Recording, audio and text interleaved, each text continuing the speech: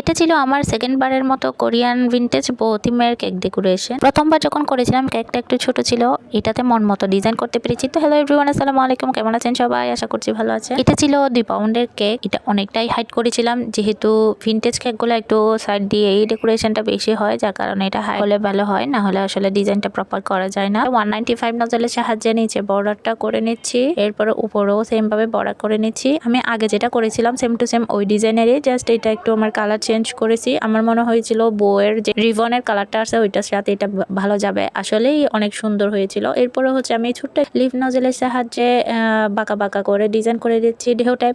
আর এটা আমি মার্কিং করেছি একটা মোটা কাগজকে বাঁকা করে দিয়ে, এরপরে হচ্ছে আমি মার্কটা করে নিয়েছি। আপনারা চাইলে এভাবে করতে পারেন, তাহলে এটা শেপটা ঠিক থাকবে আর কি। আসলে এটা করতে যেহেতু ছোট ছিল, লিফ নজলটা করতে গিয়ে আমার পুরো হাত ব্যথা হয়ে গেছে। আর যেহেতু ভিন্টেজ কেকগুলা অনেক রকম ছোট বড় নজলের ইউজ হয়, অনেক কাজ হয়, যার কারণে পুরো হাত ব্যথা হয়ে গেছিল এটা করতে গিয়ে। তো আমি ওই একই নজল দিয়ে হচ্ছে উপরে বর্ডারের নিচে গা ঘেঁষে আরেকটা বর্ডার করে নিচ্ছি। এখানে আমি টোটাল 3টা নজল দিয়ে এই কেকের ডেকোরেশনটা কমপ্লিট করেছি। এরপরে এখানে যে 2টা বর্ডার দিয়েছি উপরে, তার মাঝখানে আরেকটা ছোট্ট স্টার নজল দিয়ে আমি বর্ডার করে নেব।